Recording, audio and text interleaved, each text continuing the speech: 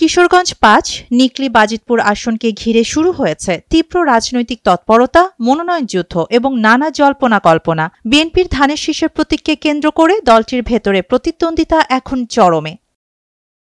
হাওড়া অঞ্চলের প্রবেশদ্বার হিসেবে পরিচিত নিকলি বাজিতপুর একসময় বিএনপির শক্ত ঘাঁটি ছিল এই আসন। স্বাধীনতার পর বেশ কয়েকটি নির্বাচনে নিজেদের প্রভাব বজায় রেখেছিল দলটি, কিন্তু দীর্ঘদিনের কোন্দল ও সাংগঠনিক দুর্বলতায় ২০০৮ সালের পর থেকে আসনটি চলে যায় আওয়ামী লীগের দখলে। ২০১৪ সালের বিতর্কিত নির্বাচন সহ পরবর্তী সময়েও আওয়ামী লীগের একচেটিয়া আধিপত্য অব্যাহত থাকে। তবে ৫ আগস্টের ছাত্র জনতার গণ অভ্যুত্থানের পর বিরোধী দলগুলোর পুনর্গঠনে স্থানীয় রাজনীতিতে তৈরি হয়েছে নতুন মেরুকরণ, আর তাতেই জেগে উঠেছে কিশোরগঞ্জ ৫ আসন।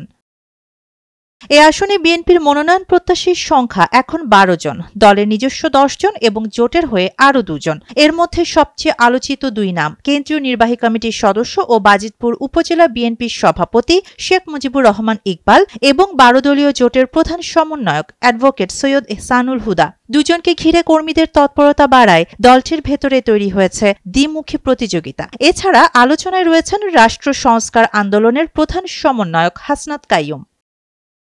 মনোনয়নের দৌড়ে আছেন আরও কয়েকজন: সাবেক মেয়র এহসান কুফিয়া, ইতালি প্রবাসী বদরুল আলম শিপু, সাবেক সচিব আব্দুল ওয়াহাব, সাবেক জেলা নেতা মীর জলিল, মোস্তাফিজুর রহমান মামুন এবং নিকলি উপজেলা বিএনপির সভাপতি অ্যাডভোকেট বদরুল মোমেন মিঠু সহ আরও কয়েকজন তরুণ ও অভিজ্ঞ নেতা। বিএনপির অভ্যন্তরীণ বিভেদ নিরসন না হলে সুবিধা নিতে পারে জামায়াতে ইসলামী, যারা ইতিমধ্যে একক প্রার্থী অধ্যাপক রমজান আলীকে নিয়ে জোর প্রচারণায় নেমেছে। ব্যক্তিগত ও রাজনৈতিক ক্লিন ইমেজের কারণে তিনি এলাকায় বেশ জনপ্রিয়। বিএনপির ভুল সিদ্ধান্তে ভোটের ফল উল্টে যেতে পারে বলেই আশঙ্কা করছেন স্থানীয়রা।